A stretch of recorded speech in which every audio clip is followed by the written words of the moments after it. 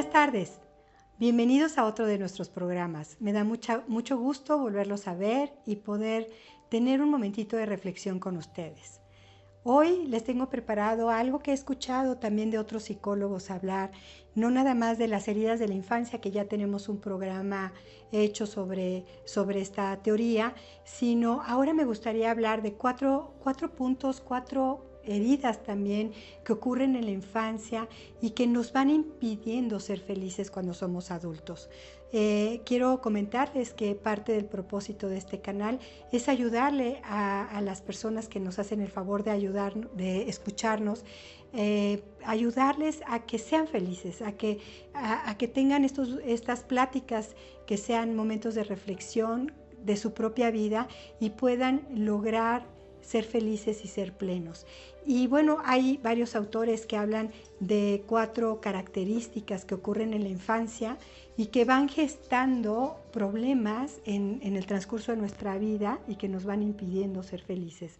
Y voy a platicar sobre de ellos. El primero sería que nos van enseñando desde muy pequeños a ocultarnos quién realmente somos. Y ustedes van a pensar, pero ¿cómo que nos enseñan a ocultar quién somos?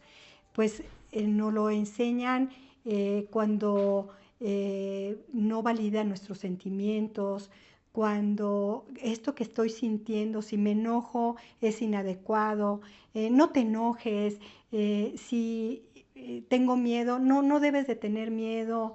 Si estoy triste, pero ¿por qué te pones triste? Eso no es importante. Esta invalidación de nuestras emociones y de nuestros sentimientos nos van alejando de quién somos, porque nosotros somos nuestras emociones, nosotros somos nuestros sentimientos. Y entonces cuando papá o mamá nos van bloqueando continuamente, porque si eso ocurre de vez en cuando, pero si continuamente nos van diciendo, no está bien lo que estás sintiendo, no debes de sentir lo que sientes, eso va a impedir que vaya yo haciendo contacto con quién realmente soy. ¿Qué otro aspecto me separa de mí mismo? Cuando expreso un deseo o una necesidad y también son descalificados. Esto que estás necesitando no deberías de necesitarlo. No es lo que un niño de 3 años necesita, no es lo que una niña necesita. ¿Por qué te vas a ir a jugar con los hombres a los carritos si tú eres una niña? Eso no está bien. Si no tienes frío y yo te quiero tapar, no está bien que tú no sientas frío. Entonces nos vamos desconectando de quién realmente somos. El adulto enseña corrigiendo. Busca el control de los niños y busca la obediencia a costa de lo que sea, a través sobre todo de que el niño sea perfecto, de que el niño sea obediente y sea sumiso y que se convierta en un santo, de la santidad. Entonces, esos 3 aspectos busca el adulto de manera inconsciente: la perfección, la sumisión y la santidad. Entonces, el niño asume a un falso yo. Para ser aceptado y querido por mis papás, necesito ser lo que los adultos esperan que yo sea. Este es una situación que me hace no estar en contacto conmigo mismo y empezar a generar un falso yo, que entonces cuando eres un adulto, ¿cómo se ve?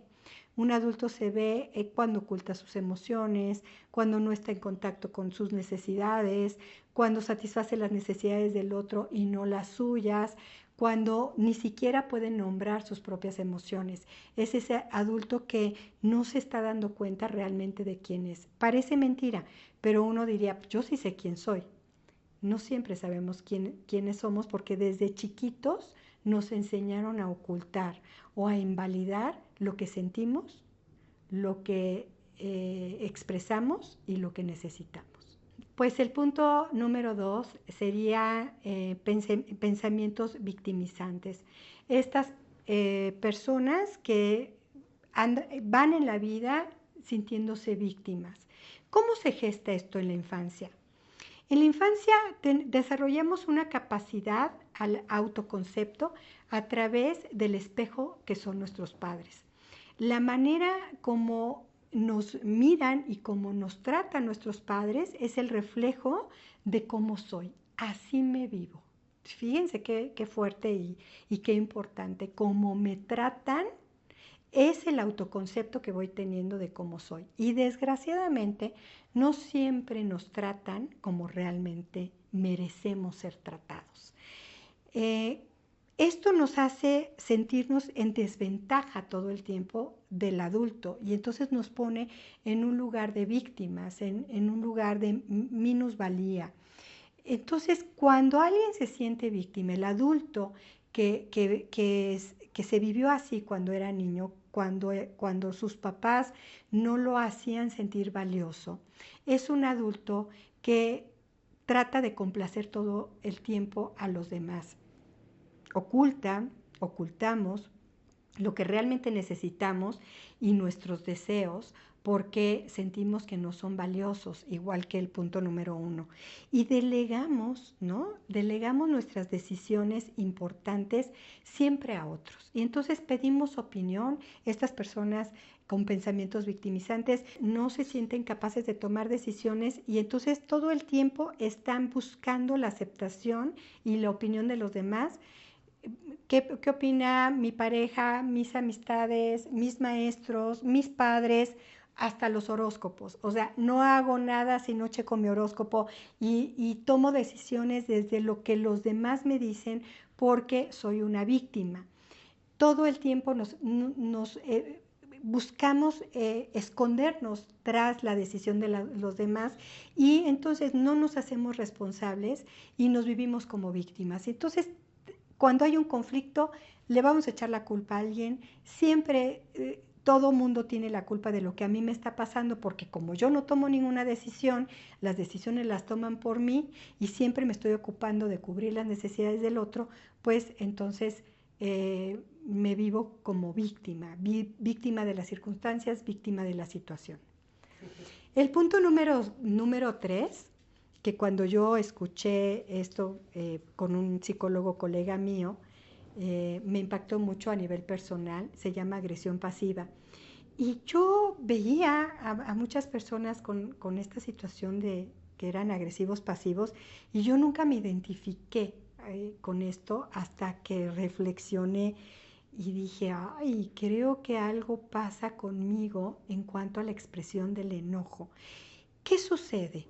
Las personas que son agresivas pasivas son personas que de niños no les enseñaron a gestionar bien el enojo. Familias que no se enojaban. Cuando vemos como niños que las expresiones de enojo en la familia o en papá y en mamá son desbordadas, que hay gritos, que hay golpes, que hay violencia, el niño reprime el enojo porque ve que los adultos no lo saben gestionar, el niño se asusta ante el enojo, ve que el enojo es algo muy malo que genera muchísimo conflicto y lo evita a cualquier costo. Hay también niños que evitan esto porque se piensan que es terrible y que hay que evitarlo y porque se puede despertar el conflicto y se puede despertar la agresión que él vivió. Entonces, familias que se enojan excesivamente y no gestionan bien esta emoción, o familias que evitan, padres de familia que evitan el enojo y como si no pasara nada, este es el niño que ve el enojo como un enemigo y como algo que hay que evitar a cualquier costo. Entonces, estas familias suprimen porque es mal visto, porque hay que ocultarlo, porque no es una manera asertiva de estar en la vida, porque hay que ocultarlo y generan una forma pasiva de estar enojados. Y entonces, ¿qué pasa? Cuando somos adultos, nos enojamos de manera pasiva. ¿Cómo? Si estoy enojado con mi pareja y no puedo confrontar este enojo y resulta que para mi pareja es muy importante ir a ver a su mamá, pues yo me tardo muchísimo en arreglarme y ya mi pareja está en la puerta esperándome para ir a ver a su mamá y yo me tardo y cuando ya logro salir, ya la comida, ya están todos ahí y llegamos súper tarde, él súper molesto y yo le contesto, pero ¿por qué te enojas? Si sí vine, Si aquí estoy, si siempre coopero, siempre vengo con tu familia. Ese tipo de agresión pasiva, cuando por abajo del agua siempre eres encantador, no pasa nada, coopero si hago las cosas, pero atrás me estoy saliendo con la mía, estoy siendo vengativo, no coopero con lo que me están pidiendo. Ay, casualmente se me olvidó. Casualmente las llaves de tu coche se me pierden. Casualmente. Y eso hace que tú llegues tarde a donde tenías que ir. Qué pena, verdaderamente fue un olvido. Estos accidentes donde, ay, se me cayó, esto tan valioso para ti, se me cayó y se me rompió. Este enojo que está ahí pasivo, que no mostramos, que nos callamos, que esperamos, y que además es inconsciente, porque cuando nos confrontan, pero lo hiciste a propósito, no, verdaderamente fue un accidente, no lo hice a propósito. ¿Cuántas veces estamos en una situación donde nos confrontan que lo estamos haciendo a propósito y nosotros nos defendemos porque verdaderamente creemos, nos convencemos de que esto no es a propósito, que esto es un accidente, que esto es un olvido, que es el tiempo, que es el tráfico, que no es intencional, pero realmente abajo hay enojo, porque hemos aprendido a esconder el enojo, hemos evitado a cualquier costo estar enojados. Y el cuarto punto es la pasividad, o sea, estas personas pasivas, ¿no? Entonces tenemos el agresivo pasivo y tenemos el pasivo. Son personas que de niños no podían expresar sus emociones o sus necesidades porque cuando yo mostraba que necesitaba algo era motivo de abandono, era motivo de no ser visto, de que alguien me ignorara, de que alguien no estuviera cerca de mí. Entonces, ¿qué pasa cuando somos adultos? En los adultos se mira la pasividad con personas que se hacen fuertes, parecerían fuertes, porque hay un sentimiento de no merecimiento.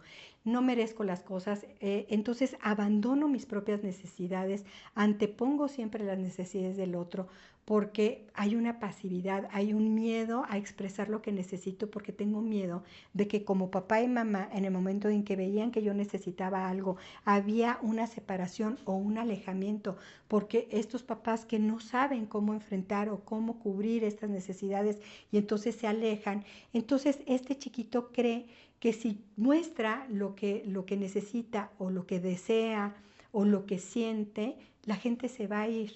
Entonces me voy a volver cuidador de las necesidades del otro y voy a abandonar mis propias necesidades. Lo hacen de alguna manera sin esperar nada a cambio, siempre están atentos de los demás, pero al final hay mucha manipulación. Es yo te doy lo que tú necesitas a cambio de que tú me des lo que yo necesito, pero velado.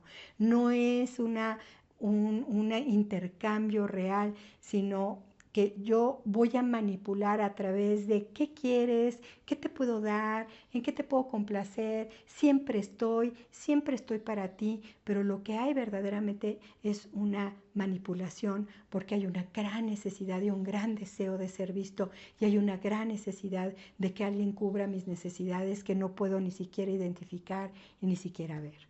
¿Qué podemos hacer entonces?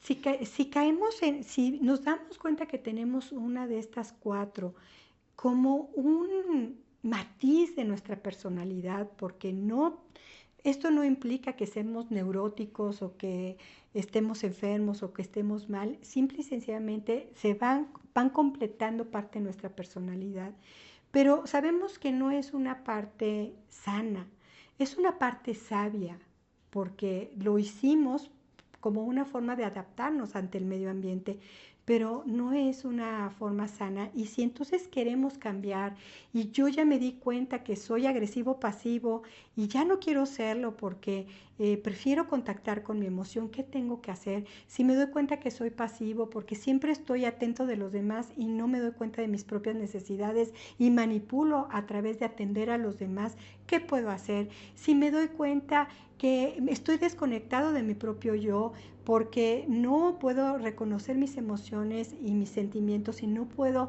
expresar lo que estoy sintiendo, ¿qué puedo hacer?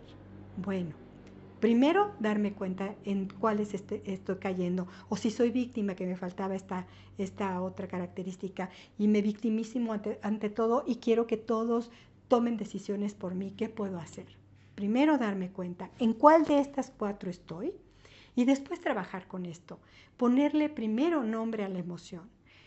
Las 4 tienen que ver con emociones o con necesidades no cubiertas. Tenemos un capítulo, un programa aquí sobre el manejo de emociones y sentimientos. Hago un paréntesis ahí nada más para explicar que las emociones no las podemos evitar, las emociones son impulsos a nivel bioquímico, neurológico y bioquímico ante cualquier estímulo del medio ambiente, y las emociones tardan minutos, son muy rápidas y no hay ningún ser humano que evite sentirlas. Pero después pasamos a los sentimientos, y los sentimientos ya es este mapa mental de la emoción, es esta interpretación que hago sobre la emoción.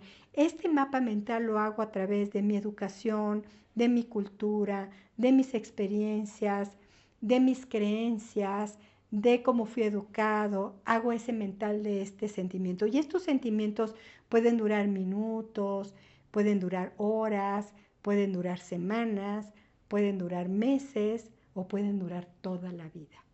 Entonces, hay un programa especial para que ustedes puedan profundizar sobre sus emociones y sus sentimientos, que se los recomiendo porque lo más importante de estas 4 características de las que estábamos hablando es que ustedes puedan hacer contacto y poder nombrar, reconocer qué es lo que siento, qué emoción surge ahorita. Es, por ejemplo, ahorita suena, mi perro ladra y hay un sonido muy fuerte afuera y hay una emoción en este momento que es un sobresalto y me da miedo. Probablemente la emoción que surge es miedo porque alguien está fuera de mi casa, pero el sentimiento que hay después es no puede, si mi familia era muy confiada, mi mamá siempre dejaba la puerta abierta, entonces el sentimiento que yo voy a generar después de la emoción es no pasa nada, nunca pasa nada, en esta colonia nunca pasa nada.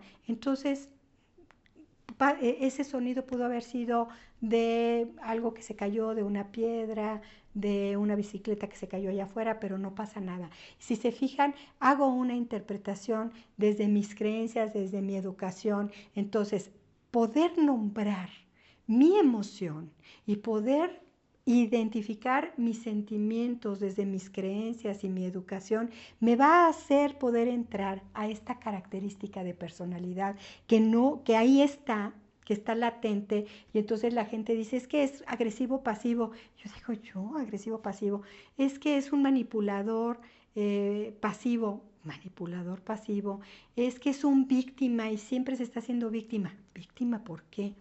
Es que no se da cuenta de quién es realmente y de lo que vale. ¿Cómo que no me doy cuenta y que no me reconozco? Si no puedo atender estas emociones y nombrarlas, identificarlas, no voy a poder ver estas características. Otro de los puntos es reconocer el pasado. Si yo echo un clavado a que soy víctima, a esta característica, y digo, es que yo soy víctima porque fui tratado de esta manera, y puedo entonces reconocer y recuperar mi pasado, voy a poder hacer algo para transformarlo. Y desde este lugar hago una nueva narrativa, le doy un nuevo significado a esta emoción, a este sentimiento, a esta necesidad y a esta parte de mi historia, sin justificar a mis papás, simple y sencillamente lo resignifico internamente para darle una nueva narrativa y poder entonces quitarlo y poder entonces ser feliz. Hay muchas maneras de poder encontrar la felicidad, muchas formas. Este canal está dedicado justo a que las personas a partir de estas reflexiones vayan encontrando en qué punto, qué puedo escuchar que me ayude para poder encontrar esta felicidad, que no es un lugar, que no es un punto, no es una meta, es un proceso continuo. Y esperemos que estas reflexiones y esto que hoy platiqué les sirva de utilidad. Escríbanme, pregunten, reflexionen sobre su historia. Aquí estoy para servirles. Me da muchísimo gusto un encuentro más y estoy para servirles como siempre. Mi nombre es Liliana Martinelli y nuestra escuela se llama Mundo Montessori. Muy bienvenidos nuevamente. Gracias.